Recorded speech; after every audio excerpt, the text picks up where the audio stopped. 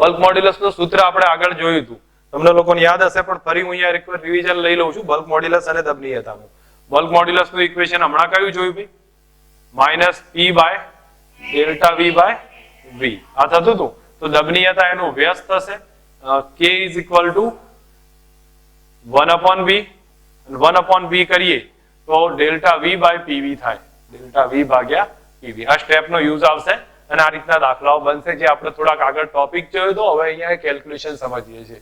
જો અહીંયા શું કીધું, 10 સેન્ટીમીટર બાજુવાળા કાચના ઘન પર 7 × 10⁶ પાસ્કલ દબાણ લગાડવામાં આવે છે. કાચનો ઘનનો બલ્ક મોડ્યુલસ 140 × 10⁹ પાસ્કલ છે. કદમાં થતો ફેરફાર કેટલો તમે ગણી શકો ભાઈ? અહીંયા હું તમને ફક્ત હિન્ટ પૂછું છું, વોલ્યુમ કેટલું થાય? 10 સેન્ટીમીટર ક્યુબ છે, આ 10 સેન્ટીમીટરનો ઘન છે. ધેટ મીન્સ કેટલા થાય? 10 સેન્ટીમીટર ક્યુબ થઈ જશે ને, 10 × 10 × 10 કરી લઈશું એટલે આપણા માટે એ જે બી આવશે. તો એટલે હું અહીંયા લખું છું 10 × તમે કેલ્ક્યુલેશન કરી લેવાની છે. આટલા સેન્ટીમીટર ક્યુબ થયા, એને મીટર ક્યુબમાં કન્વર્ટ કરવાના છે. ધેટ મીન્સ અહીંયા કેટલા થઈ જાય? બોલો તો, કોઈ કહેશે ભાઈ મને? 1000 × સેન્ટી નું મીટરમાં કન્વર્ટ કરો તો 10⁻2 નો ક્યુબ થશે. ફાઇનલી કેટલા આવે? 10⁻3 આવશે મીટર ક્યુબ. આ વોલ્યુમ આવ્યો. તમને પ્રેશર આપી દીધો છે. પ્રેશર કેટલો છે? 7 × 10⁶. બીજું બલ્ક મોડ્યુલસ આપ્યો છે, કેટલો કીધો છે ભાઈ? 140 × 10⁹. તો તમે લોકો કેલ્ક્યુલેશન કરીએ કો ભાઈ, ડેલ્ટા વી કેટલો થાય? ખ્યાલ આવે છે? તો કયું સૂત્ર લખી દેવાનું છે? B બરાબર PV બાય ડેલ્ટા વી. ઠીક છે? That means finally delta V કેટલો થાય ચેક કરી લેજો. આવડે ને? ઠીક છે, ચલો એના પછી બીજો બતાવું છું. અહીં કહ્યું છે 2700 મીટર ક્યુબ ઊંડું સમુદ્ર છે, એમાં દબનીયતા આપી છે. તો કદમાં ઘટાડો કેટલો થાય? પ્રતિશત માંગ્યો છે. જો 2700 મીટર ક્યુબ, કાલે એક દાખલો આવ્યો તો આવો NCERT માં, મે બી તમને યાદ હશે. h આપી છે, કેટલી આપી છે? 2700. દબનીયતા આપી છે, દબનીયતા 45.4 × 10⁻11 પાસ્કલ ઇન્વર્સ છે. ડેલ્ટા વી બાય વી શોધવો છે, ગણી શકો? કોઈ આઈડિયા આપશે? કાલ દાખલો આવ્યો તો એક આવો. શું કરતા હતા? દબાણ લેતા હતા. દબાણ કેટલું લેતા હતા? તમને યાદ હોવું જોઈએ. આ રો ના બદલે પાણીની ઘનતા કેટલી થાય? 1000 થાય. G 10 અને H 2700. ઠીક છે, તો પ્રેશર આવી ગયું તમારી સામે. દબનીયતા આપી છે, તો બોલો ડેલ્ટા વી બાય વી. કમ્પ્રેસિબિલિટી નું ઇક્વેશન કયું થતું હતું? ડેલ્ટા વી ભાગ્યા પીવી થતું હતું. તો ડેલ્ટા વી બાય વી કેટલા થાય? બસ બે ડેટા આપ્યા છે, મૂકી દો, જવાબ આવી જશે. આવડે કે નહીં? કેલ્ક્યુલેશન કરીને ગણતરી કરીને નોટ પરફેક્ટ જોઈએ મારે, બરોબર? હું જયારે નોટ માંગીશ તો તમે લોકો આવશો ત્યારે નોટમાં બધું ગણેલું હોવું જોઈએ. બીજું જો દરિયાની સપાટીથી ઊંડાઈએ જતા 80 જ્યાં 80 એટમોસ્ફિયર દબાણ છે ત્યાં પાણીની ઘનતા કેટલી? હમણાં ગણે તો દાખલો આપણે ચોપડીનો, તમને યાદ આવે છે? હમણાં જ ગણ્યો ટેક્સ્ટ બુકમાં, ક્લાસ વર્કમાં. તો આ તમારો NCERT કોન્સેપ્ટ છે, બરોબર?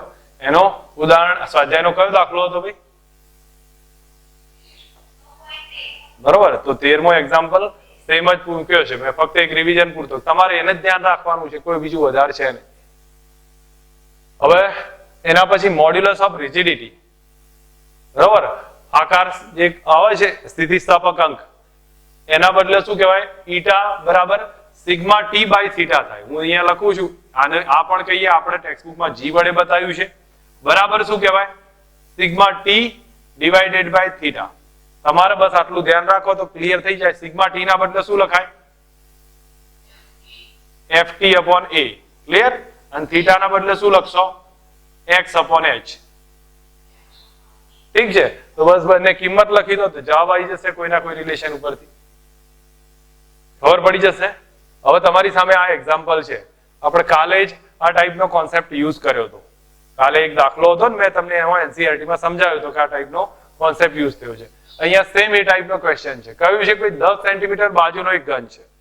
10 સેન્ટીમીટર બાજુનો એક કાચનો સ્લેબ છે, એની જાડાઈ 5 સેન્ટીમીટર છે. તમને યાદ આવે છે મેં કાલે હિન્ટ આપી હતી, તમને કહ્યું હતું ભાઈ કે આ જે જાડાઈ, આ જે ડેપ્થ જોવા મળે છે એ કેટલાની છે? 10 ની છે. આ જે ડેપ્થ છે 10 ની છે, બરોબર. પણ આ જે જાડાઈ જોવા મળે છે ને, આ જાડાઈ એ કેટલાની છે? 5 ની છે, 5 સેન્ટીમીટરની. ઠીક છે, આકૃતિમાં આ રીતે બતાવ્યો છે. એના ઉપર 8 કિલોન્યુટન સ્પર્શીય બળ લાગે છે. આ પ્રમાણે બળ લાગે છે 8 કિલોન્યુટન. તો કહ્યું છે કે ભાઈ મોડ્યુલસ ઓફ રિજિડિટી G બરાબર 4 ગુણ્યા 10 ની 9 આપ્યો છે. તો સ્થાનાંતર x કેટલું ગણી શકશો? શું કરાવશો? ચલો મને હિન્ટ આપી દો. તમારી સામે આ બધી વસ્તુ આપી છે, જે હું ફક્ત લખી કાઢું છું, અને મને આઈડિયા આપો કે શું કરવાનું છે આપણું રિલેશનમાં. જો અહીંયા તમારી સામે જ બતાવું છું, તમને ખ્યાલ આવી જશે, આમાં કોઈ બીજું વધારે છે નહીં. ચલો હવે મને હિન્ટ આપજો. G બરાબર કયું રિલેશન? સિગ્મા ટી બાય થીટા લખતા હતા. G બરાબર સિગ્મા ના બદલે F અપોન A, થીટા ના બદલે X અપોન L. ક્લિયર? તો X ને સબ્જેક્ટ બનાવી દો તો કેટલા આવે? FL. ક્લિયર? F કેટલો હતો? 8 ન્યૂટન હતો, 8 કિલો ન્યૂટન. તો હું અહીંયા સ્ટેપ લખું છું, F is equal two 8 kilo newton. ઠીક છે. લેન્થ કેટલી લેશો ભાઈ? બોલો, ચલો લેન્થ કેટલી લેશો? 10 છે અને જાડાઈ 5 છે. લેન્થ કેટલી લેવાની? 10 લેવાની. આ લેન્થ છે ને, તો એ 10, સોરી આ લેન્થ છે તો એ 10 લઈશું, અને જાડાઈ 5 છે. તો હવે તમને આ ઉપરથી ખ્યાલ આવી જવો જોઈએ, એટલા માટે હું અહીંયા સ્ટેપ લખું છું. લેન્થ 10 છે,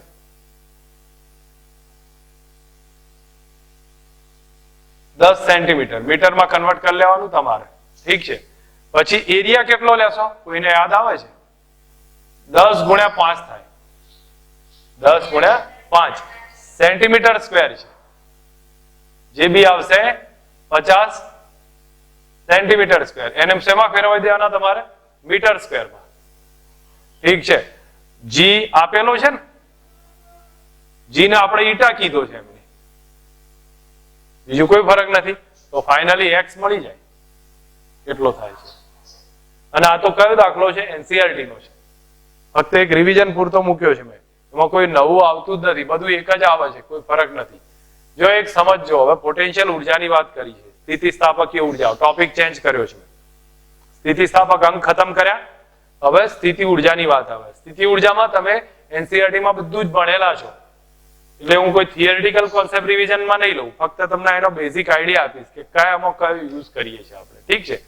તમને એક વસ્તુ ધ્યાન પર રાખજો, વન ટાઈપ ઓફ આ જે સ્પ્રિંગનો કોન્સેપ્ટ યુઝ કર્યો છે, અને સ્પ્રિંગના કોન્સેપ્ટ પરથી સમજાવ્યું છે. સ્પ્રિંગના કોન્સેપ્ટમાં બળના સૂત્ર કેટલા થતા હતા? કોઈને યાદ છે? સ્પ્રિંગ આપી હોય તો સ્પ્રિંગમાં બળના સૂત્ર કેટલા થતા હતા? 1/2 kx². હા, કાર્યના સૂત્ર, સોરી, કાર્યનું 1/2 kx². બીજું કોઈ સૂત્ર? 1/2 fx થાય. તમે kx ના બદલે f લખી દો તો શું આવે? 1/2 fx. અને ત્રીજું સૂત્ર f²/2k. આ ત્રણ કાર્યના સૂત્ર હતા, 1/2 kx, 1/2 fx અને f²/2k. ઠીક છે. હવે તમે એક વસ્તુ સમજો, સોરી w આવશે, મારી ભૂલ છે, અહીંયા કાર્ય આવશે, બળ નહીં, કાર્ય થશે. કાર્યના આ ત્રણ સૂત્ર છે તમારી સામે. હવે તમારે આ ત્રણ સૂત્રમાંથી અહીંયા કાર્યની સ્પ્રિંગની જેમ જ કાર્ય ફાઇન્ડ કરવું છે.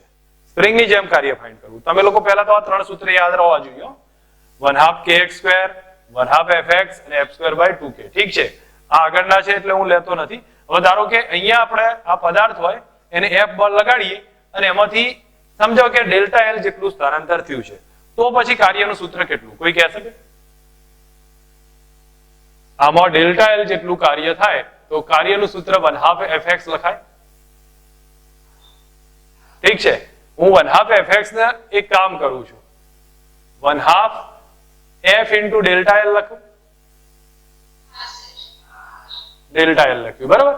હવે f ના બદલે શું લખાય છે? તો તમને f નું સૂત્ર તો આગળ યંગ મોડ્યુલસ માંથી ખબર છે, તો યુઝ કરો. f બરાબર કેટલા, અથવા તો ચલો યંગ મોડ્યુલસ y બરાબર કેટલા, fl બાય ડેલ્ટા એલ. ઠીક છે, તો ડેલ્ટા એલ ને સોરી f ને સબ્જેક્ટ બનાવી દો. f ને સબ્જેક્ટ બનાવશો તો કેટલા થશે, y delta L on L. મૂકો કિંમત, તો w બરાબર કયું સૂત્ર થયું ભાઈ, 1/2 y a ડેલ્ટા એલ બે વખત ડેલ્ટા એલ નો સ્ક્વેર ભાગ્યા કેટલા આયા એલ. તો આ કાર્યનું સૂત્ર થયું. આપણા માટે આ ઇમ્પોર્ટન્ટ છે, આ પણ ઇમ્પોર્ટન્ટ છે. અને પછી તમને યાદ આવતા હોય, મેં 3 સૂત્ર સાબિત કર્યા હતા એનસીઆરટી માં. કેટલાની યાદ આવે છે કાર્યના, 1/2 sigma into epsilon into V. કહેતો તો આ કાર્યનું સૂત્ર, ઉર્જા 1/2 પ્રતિબળ ગુણ્યા વિકૃતિ ગુણ્યા કદ, બરાબર. અથવા w બરાબર કયું સૂત્ર હતું, બોલો. હવે આના એક યાદ હોય એટલે બીજા બનાવીએ કે, તો y ના બદલે ઓકે બરોબર 1/2 y એપ્સાઇલોન સ્ક્વેર. અથવા તમને કોઈ કન્ફ્યુઝન હોય તો હું તમને સીધું સ્ટેપ વાઇઝ બતાવી દઉં. તો y બરાબર શું થાય, સિગ્મા બાય એપ્સાઇલોન છે ને, તો સિગ્મા બરાબર શું થાય, y ઇન્ટુ એપ્સાઇલોન થાય. હા, તો મૂકી દો કિંમત, તો કયું થશે, y 1/2 સિગ્મા ના બદલે y અને એપ્સાઇલોન સ્ક્વેર અને વોલ્યુમ v. ઠીક છે. હજી આમાં એક કામ કરીએ, એપ્સાઇલોન ને સબ્જેક્ટ બનાવો. તો એપ્સાઇલોન બરાબર શું થાય, સિગ્મા ભાગ્યા y. એ મૂકી દો કિંમત, એપ્સાઇલોન ના બદલે સિગ્મા ભાગ્યા y કરો, તો શું થઈ જશે, w બરાબર કયું સૂત્ર થયું, સિગ્મા સ્ક્વેર બાય 2y. તો આ ત્રણેય સૂત્ર આપણને આવડવા જુઓ. ક્લિયર છે. આ કાર્યના 3 ઇક્વેશન, ટૂંકમાં 5 ઇક્વેશન થયા. કઈ રીતે બને છે એ સમજ હોવી જોઈએ. 1, 2 અને આ 3, અને સાથે આગળના તો ખરા જ. કયા કયા આગળની વાત કરું છું, આ 3 ની વાત કરું છું. ઠીક છે, ધ્યાન પર હોવા જોઈએ આ બધા, નહીતર ક્યાંક ના ક્યાંક ઉપયોગ આવે, કન્ફ્યુઝ જ રહીશું. ઠીક છે. હવે ઉર્જા ઘનતાની વાત કરું છું. ઉર્જા ઘનતા, ઉર્જા ઘનતાને રો વડે બતાવાય. રો બરાબર શું થાય, ઉર્જા ભાગ્યા કદ. ઉર્જા ભાગ્યા કદ, એકમ સમયમાં આ એકમ કદમાં રહેલી ઉર્જા. ઠીક છે. તો આમાં તમે મૂકો કિંમત. હવે તમે ડાયરેક્ટમાં ઉર્જા, આ ઉર્જા જ છે ને, તો ડિવાઈડ કરીએ તો આપણા કેટલા 3 સૂત્ર થયા, 1/2 v નીકળી જાય, સિગ્મા ઇન્ટુ એપ્સાઇલોન એક આ થાય, બીજું y એપ્સાઇલોન સ્ક્વેર બાય 2 થશે, એટલે કે 1/2 y એપ્સાઇલોન સ્ક્વેર, અને ત્રીજું sigma square by 2y. NCERT માં ભણાયેલા છે બધા. ઠીક છે. તો આ 3 ઇક્વેશન ઉર્જા ઘનતાના થઈ ગયા. અને આ જ વસ્તુ આપણે સમજવાની હતી, જે મેં તમને એનસીઆરટી માં ક્લિયર કરીને સમજાયેલું છે, એટલે તમારે ધ્યાન પર હશે જ આ થિયરી ઉર્જાની. અને આ 5 સૂત્ર સમજી લેજો. ક્લિયર. હવે આગળ વાત કરું છું. તો આ બધું એકના એક જ છે, જે મેં સમજાવ્યું એ જ છે. ઠીક છે. હવે અહીંયા યુઝ બતાવ્યો છે, અહીંયા ઉપયોગ છે. આપણે ઉપયોગને સમજીએ. જો શું કીધું છે, પેલા જુઓ, 10 સેન્ટીમીટર લંબાઈના રબરના દોરડાને, એ મેં આકૃતિ રકમ એટલે રાખી છે, બધું દોરવું ના પડે. તમને યાદ હશે ને, ગિલોલના આધારે એક એક્ઝામ્પલ લીધો છે. ગિલોલ જેવું છે, અને આમ ખેંચીએ તો એનું રબર ખેંચાશે ને, અને પછી એ પદાર્થ ક્યાં જાય, આગળ જાય. હા, તો ધેટ મીન્સ એનો યુઝ બતાવ્યો. જો રબરના દોરડાને 10 ગ્રામ દળનો એક પથ્થર છે, એક પથ્થર 10 ગ્રામ દળનો છે, અને એને ગોળાનું જે ગોફરનો ભાગ છે એનો આડછેદ 1 સેન્ટીમીટર સ્ક્વેર છે. હવે દોરડાને 15 સેન્ટીમીટર ખેંચવામાં આવે છે. કેટલું ખેંચ્યું છે આમ કરી, 15 સેન્ટીમીટર. મુક્ત કરવામાં આવે તો શરૂઆતનો વેગ કેટલો, યંગ મોડ્યુલસ આપ્યો છે. શું કરીએ કે ભાઈ, તમને અંદાજ આવ્યો શું કહું છું? જો શું શું આપ્યું છે પેલા તો નક્કી કરી લઈએ, જેથી કરીને આપણી સામે ક્લિયર થાય. 10 સેન્ટીમીટર લંબાઈ, તો આ મૂળ લંબાઈ આપી. ઠીક છે. 10 ગ્રામનો દડો, તો આ શું આપ્યું છે, દળ આપ્યું છે. પછી કીધું છે 1 સેન્ટીમીટર ક્ષેત્રફળ, તો આ તો ક્ષેત્રફળ કહી દીધું. અને દોરડાને 15 સેન્ટીમીટર ખેંચ્યો છે, ડેલ્ટા એલ આપ્યો. ક્લિયર. અને યંગ મોડ્યુલસ આપેલો છે, y બરાબર. માગ્યું છે વેગ. હું તમને હિન્ટ પૂછું છું કે આમાં શું કરાય. તમે બીજું કઈ નહીં, આપણું જે ઓરિજિનલ ઇક્વેશન આગળનું હતું ને, જે આ ઇક્વેશન અહીંયા સોરી બતાવું, એક મિનિટ, આગળનું જે આ ઇક્વેશન w બરાબર 1/2 y a delta l square ને l, આટલું કાર્ય કર્યું છે તમે જો, તમને યંગ મોડ્યુલસ આપ્યો તો, ક્ષેત્રફળ આપેલું હતું, ડેલ્ટા l આપ્યો તો ને l આપ્યો તો આટલું કાર્ય કર્યું કે નહીં? હવે એ કાર્ય શેમાં કન્વર્ટ થયું? ગોળાની ગતિ ઉર્જામાં. શેમાં કન્વર્ટ થઈ ગયું? ગોળાની ગતિ ઉર્જામાં. તો બરાબર હાફ mv સ્ક્વેર કર દો, એ નવું કરવાનું નથી. તો જો અહીંયા એ જ સ્ટેપ લખ્યું છે, y a delta l into delta l, એટલે ડેલ્ટા l નો સ્ક્વેર થયો ભાગ્યા l બરાબર કેટલા કર્યા? Half mv square. જો કે હાફ અહીંયા આવતા હતા એટલે હાફ હાફ એમણે કેન્સલ કરી નાખ્યા. ખબર પડી? સમજાવવું છે હજી? ક્લિયર ને? તો એનો મતલબ થયો કે 1/2 y a delta l square by l છે, એના બદલે હાફ mv સ્ક્વેર કર્યા. હવે તમારે v શોધવાનો, તો v ને સબ્જેક્ટ બનાવી દો, એક જવાબ આવશે. હું ગણતરી નહીં કરતો એટલા માટે કે કોન્સેપ્ટ સામાન્ય છે, સામાન્ય યુઝ સમજી લો તો તમને દાખલાની ગણતરીમાં તો આઈડિયા આવી જશે, તમારે ગણવાનું રહેશે. ક્લિયર છે? દરેક જણને સમજ આવી ને? બસ ઓકે, ઠીક છે. હવે આ ક્વેશ્ચન છે, જો સમાન દ્રવ્યના બે તાર છે, એમના વ્યાસનો ગુણોત્તર 1:3 છે. વ્યાસનો ગુણોત્તર એટલે ત્રિજ્યાનો ગુણોત્તર જ કહેવાય, કારણ કે વ્યાસનો અને ત્રિજ્યાનો ગુણોત્તર સરખો જ રહેશે. 1:3 લખી દઉં છું. સમાન બળથી ખેંચવામાં આવે છે, F અચળ છે, બળ અચળ છે, એમની સ્થિતિસ્થાપક ઉર્જાનો ગુણોત્તર કેટલો? ચલો આપણે તો એક જ માંગ્યું છે ને, ઉર્જા માંગી છે. ઉર્જા ઘનતાએ માંગી હોય તોય ગણીએ આપણે.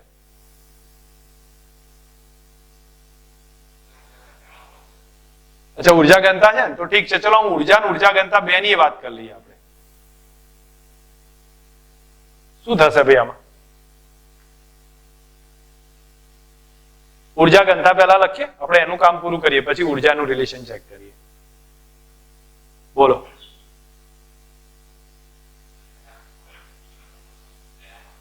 હા તો બોલો, તમને કઈ ઇક્વેશન યાદ આવતું હોય તો. બળ તો સમાન છે.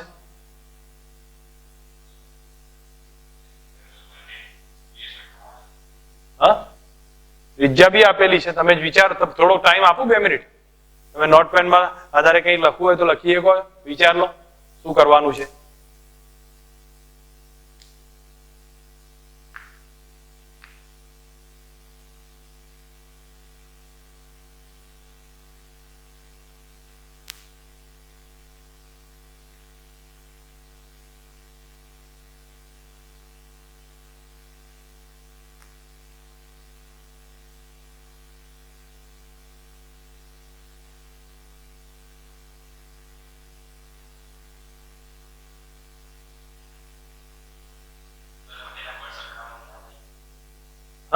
બળ તો સરખા છે, બંનેના બળ સરખા છે. જો તમને એક હિન્ટ કહું, સમાન દ્રવ્ય કીધું છે, ધેટ મીન્સ યંગ મોડ્યુલસ એ કેવા થાય? સમાન થાય.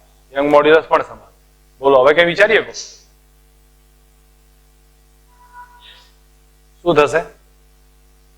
ચલો, ઉર્જા ઘનતાનું સૂત્ર તમારી સામે છે, તો એમાંથી મને કહો કયું ઇક્વેશન શું સમાન હશે? ઉર્જા ઘનતા એવું તો ક્યાંય કીધું નથી ને, એવું તો કહ્યું નથી. વ્યાસ અલગ અલગ છે એટલે ડિફરન્ટ બી હોઈ શકે. રો બરાબર કયું સૂત્ર હતું? 1/2 સિગ્મા એપ્સિલોન. બીજું કયું હતું? Sigma square by 2y. Use કરીએ કયા ઇક્વેશન? યુઝ કરી શકાય, કારણ કે જો તમે સમજો તો તમને ખ્યાલ આવશે. રો બરાબર sigma square by 2y. Okay, sigma ના બદલે f અપોન a લખાય, f સ્ક્વેર અપોન 2y તો ખરા જ, અને બાજુમાં શું લખી દઈશું? a square. હવે તમે ઓબ્ઝર્વ કરો, f અચળ છે, યંગ મોડ્યુલસ અચળ, એરિયા રહેશે, તો rho proportional to 1 upon a square થયું, અને એરિયા એટલે પાઈ આર સ્ક્વેર ને, તો rho proportional to 1 upon r ની કેટલી ઘાત થાય? 4 ઘાત થાય. a બરાબર પાઈ આર સ્ક્વેર અને એનો સ્ક્વેર, r ની કેટલી ઘાત થઈ? 4 ઘાત. ધેટ મીન્સ આન્સર આવી ગયો છે આપણો. ρ1 by ρ2 is equal to r2 by r1 એની 4 ઘાત. તો 1/3 લખી દો, જવાબ આવશે જે આવશે, ઉલટાઈ દેશો એટલે. બરોબર, તો આપણો આન્સર થશે 3/1 એની 4 ઘાત. કન્ફ્યુઝ છો કે આવડે? હવે મેથડ સમજજો તો આમાં ક્લિયર થશે. ઉર્જામાં આપણે થોડું કોમ્પ્લેક્સ થશે કારણ કે એમાં કદ ને લંબાઈ ને બધું આવશે. ઠીક છે, એટલે હું નહીં લેતો એમાં. ચલો અહીંયા તમારી સામે છે આ question, Poisson ratio. Poisson ratio કેટલાની યાદ છે? શું આવતું હતું? ઓકે, બાહ્ય વિકૃતિ અને સંગત વિકૃતિ, આપણે પાર્શ્વિક વિકૃતિ અને સંગત વિકૃતિનો ગુણોત્તર છે. તો પાર્શ્વિક વિકૃતિ કોને કહેતા હતા? લંબાઈમાં વધારો થાય તો કદમાં શું થાય? સોરી, પહોળાઈમાં ઘટાડો થશે તો એને આપણે પહોળાઈમાં જે ઘટાડો થયો એને પાર્શ્વિક વિકૃતિ કહેતા હતા. યાદ આવે છે ને? હવે તો એ વખતે પાર્શ્વિક વિકૃતિ સમજો, અહીંયા આપણને હિન્ટ આપી છે, જે લંબાઈમાં વધારો થાય છે એ ડેલ્ટા એલ બાય એલ છે. લંબાઈમાં વધારો થાય એ ડેલ્ટા એલ બાય એલ છે. તો પાર્શ્વિક વિકૃતિ કઈ થાય? ડેલ્ટા આર બાય આર અથવા ડેલ્ટા ડી અપોન ડી. હવે પાર્શ્વિક વિકૃતિ ભાગ્યા સંગત વિકૃતિ, એના ગુણોત્તરને પોઇસન રેશિયો કહેવાય. તો ડેલ્ટા આર બાય આર ભાગ્યા ડેલ્ટા એલ બાય એલ. યાદ આવે કે સમજાવવો છે?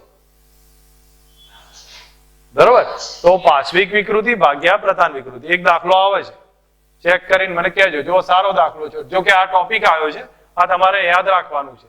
કોઈ પણ દ્રવ્ય માટે સંગત વિકૃતિનું સૈદ્ધાંતિક મૂલ્ય -1 થી 0.5 ની વચ્ચે હોય અને પ્રેક્ટિકલ મૂલ્ય 0.2 થી 0.4 ની વચ્ચે. આ યાદ રાખવાનું છે, બીજું કઈ નથી. હવે એક એક્ઝામ્પલ છે, એમાં જોવો કહ્યું છે કે તારને ખેંચવામાં આવે છે, કદમાં કોઈ ફેરફાર થતો નથી. તો પોઇસન રેશિયો કેટલો?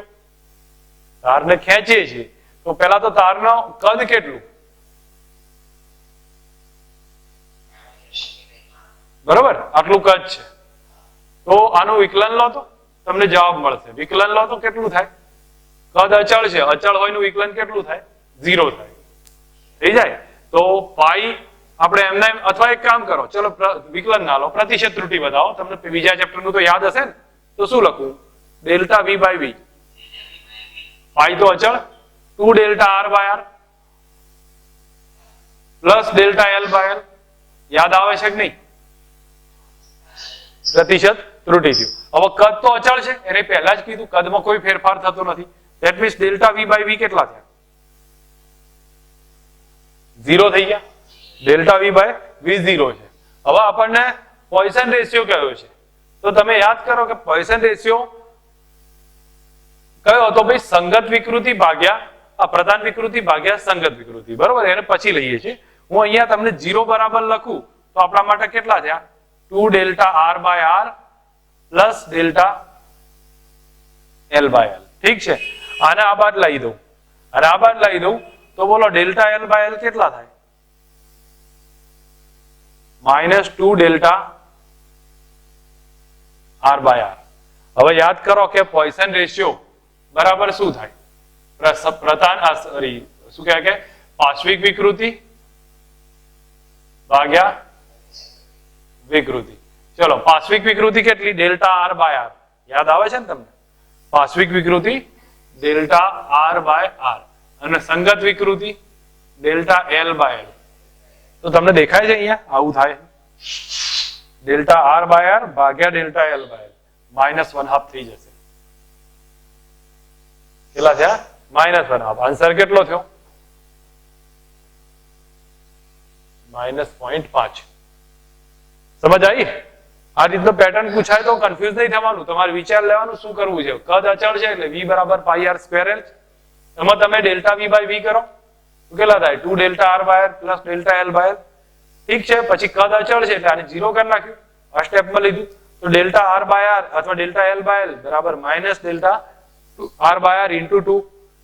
અહીંયા પોઇસન રેશિયો જોયો તો સંગત ભાગ્યા પ્રધાન થશે, સોરી પાર્શ્વિક ભાગ્યા પ્રધાન કે ગણીએ છીએ.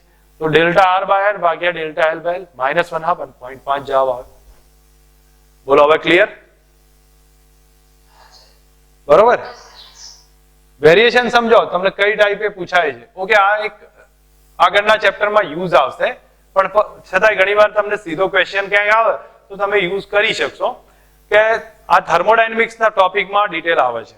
થર્મોડાયનેમિક્સ ટોપિકમાં ડિટેલ આવશે કે પદાર્થને ગરમ કરો તો એની લંબાઈમાં વધારો થાય, પદાર્થને ગરમ કરીએ તો એની લંબાઈમાં વધારો થશે.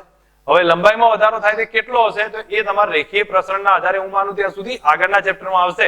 અહીંયા તો ફક્ત સૂત્ર યાદ રાખો કે એ જે લંબાઈનો વધારો છે ને ડેલ્ટા એલ બરાબર આલ્ફા એલ ડેલ્ટા ટી આટલો થાય છે.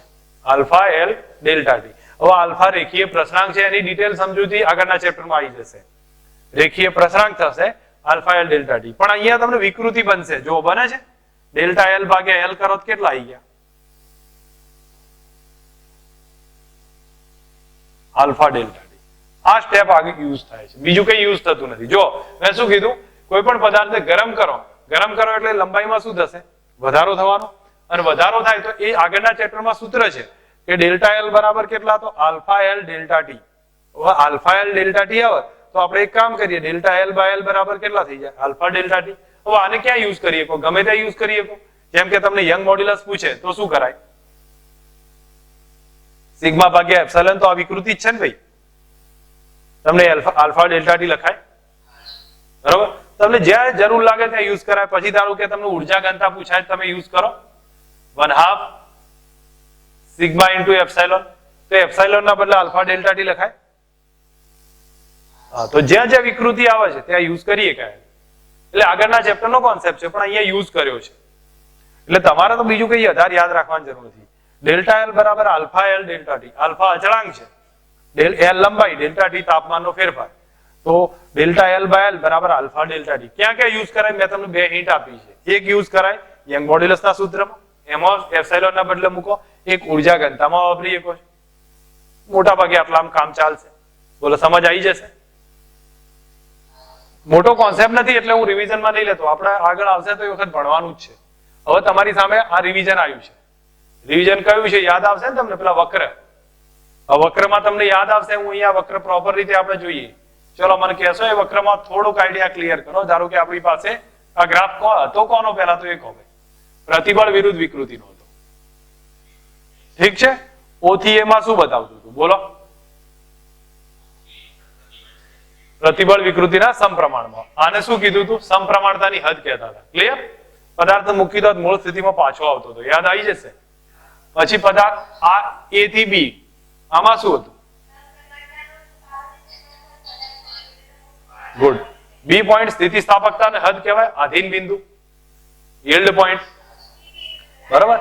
હા હવે બી થી સી ઉપર જાઓ તો શું થતું હતું પ્રતિબળ ટૂંકમાં બળમાં ધારો કે આપણે ઓછો વધારો કરીએ વિકૃતિ ઝડપથી વધતી હતી બરોબર. અને પદાર્થને મૂકી દેતા કઈ કાયમી ખામી રહેતી હતી બરોબર. અને હજી ડી ઉપર લઈ જઈએ શું થતું હતું પદાર્થ તૂટી જતું બરોબર. એને શું કહેતા હતા ફ્રેક્ચર પોઈન્ટ કહેતા હતા બ્રેકિંગ પોઈન્ટ. ઠીક છે બરોબર. હવે તમને અહીંયા જે રિલેશન આપ્યું છે એમાં સમજી લો. આને ડક્ટાઇલ એટલે જે તન્ય ધાતુ કહેવાય જેને ખેંચી શકાય. બ્રિટલ જલ્દી તૂટી જાય. તો જો બ્રિટલ નો આવો ગ્રાફ હશે અહીંયા આવીને ફટ કરતો તૂટી જશે. અને ડક્ટાઇલ કેવો હશે થોડો લાંબો થતો હશે બરોબર છે. એમાં કોઈ વધારે બીજું છે નહીં. નેક્સ્ટ હવે એના પછીનો પોઈન્ટ વાત કરું છું. આ રિલેશન આપ્યું છે. હવે આ સમજજો તમે થોડુંક ધ્યાન આપો તો ક્લિયર થશે. આમાં પ્રતિબળ વિરુદ્ધ વિકૃતિનો કોઈ આવો આલેખ આપ્યો હોય તો બહુ સમજવા જેવો પોઈન્ટ અહીંયા છે.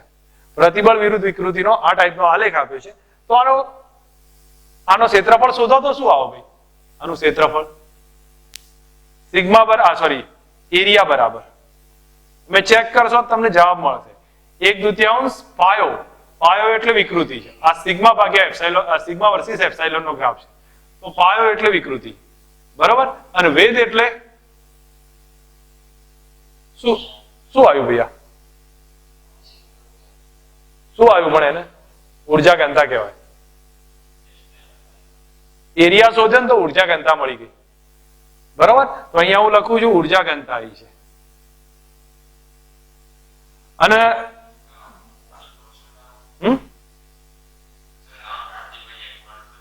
હા હું એ જ કહું છું. હજી ઢાળ આવ્યો છે. સ્લોપ એમ બરાબર શું લખાય તો y બાય x તો સિગ્મા બાય એપ્સિલોન.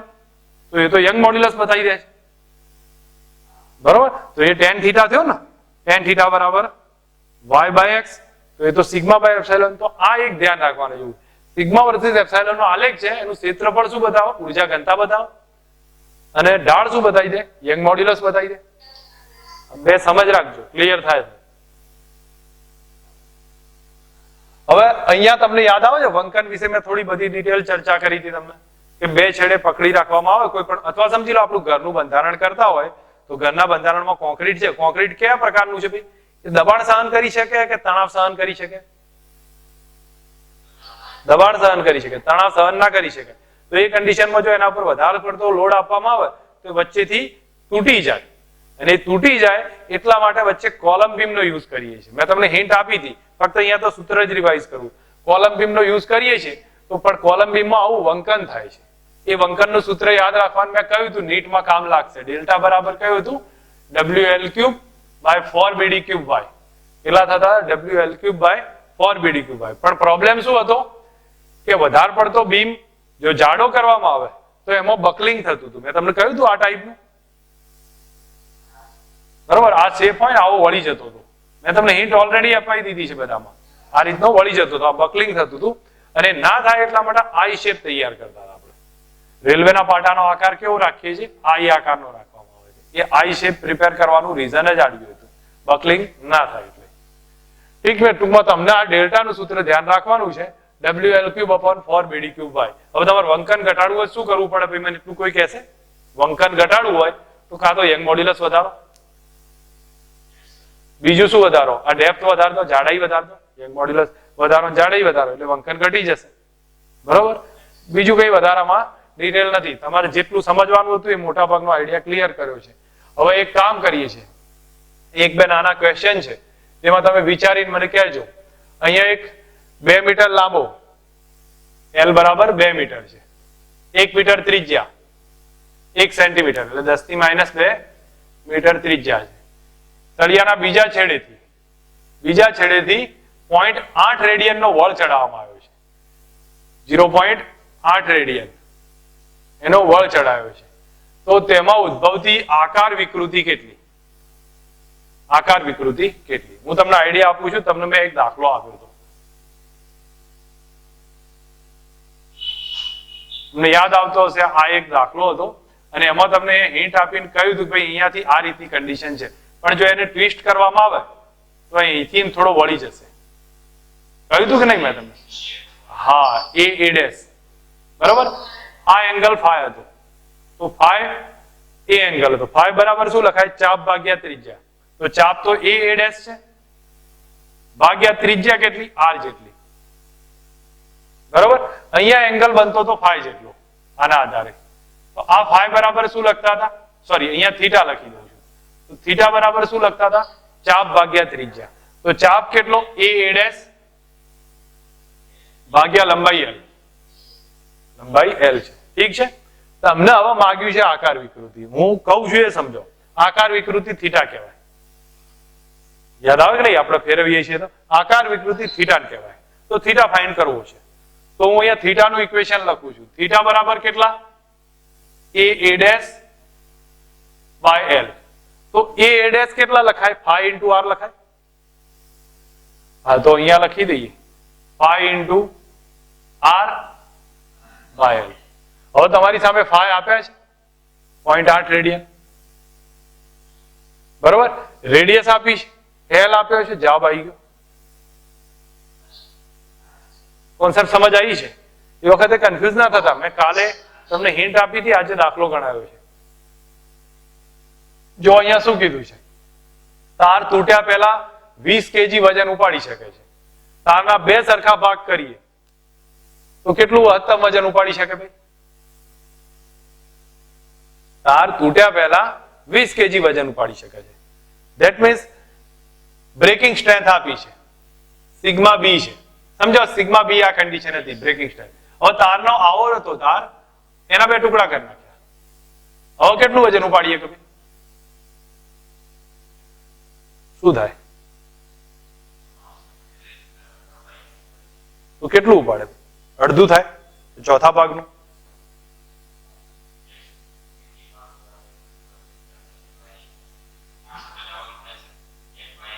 જો 2 મિનિટ તમે ઉતાવળ ના કરો. જાનસી શું થશે મને કહેશો? બાકીના છોકરાઓ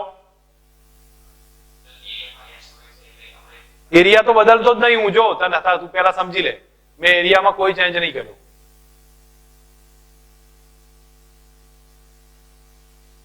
એરિયામાં ચેન્જ નહીં કર્યો, મેં લંબાઈ જ અડધી કરી.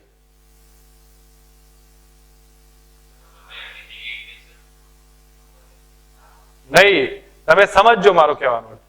એના ઉપર સમજો આ તાર છે, જો ધ્યાન આપો, આ તાર ઉપર સમજો મેં એમ કેજી વજન લટકાવ્યું છે, એ તૂટી જાય છે. ઠીક છે. હવે ધારો કે આ તારની લંબાઈ અડધી કરી નાખીએ અને એમ કેજી વજન લટકાવું તો એ તૂટી જ જશે. તો એ તૂટી જ જશે. બળ એટલું ને એટલું જ રહેશે. જો પોતાના વજનથી નહીં તૂટતો. અહીં સમજ, એમજી એમજી તૂટશે કે એનું રીઝન કહું. બ્રેકિંગ સ્ટ્રેન્થ નું સૂત્ર કયું? F upon. તમે એફ બદલ્યો છે? અહીંયા કેટલો છે? એફ નહીં બદલ્યો. એરિયા બદલ્યો છે, તો that means breaking strength constant રહે. અને અચળ રહે નો મતલબ શું થાય? તમે જો આ જેટલા તૂટતું હતું એટલું ને એટલું આ તૂટશે. બરોબર, 20 કિલો જ આવશે. સમજ આવી ને? લંબાઈ ઉપર ડિપેન્ડ નહીં થાય. નાના કોન્સેપ્ચ્યુઅલ ટોપિક છે. ઓકે, હવે જો મેં તમને હિન્ટ આપી એ પ્રમાણે મેં આ ચેપ્ટરનું મોટા ભાગનો બેઝિક આઈડિયા ખતમ કર્યો.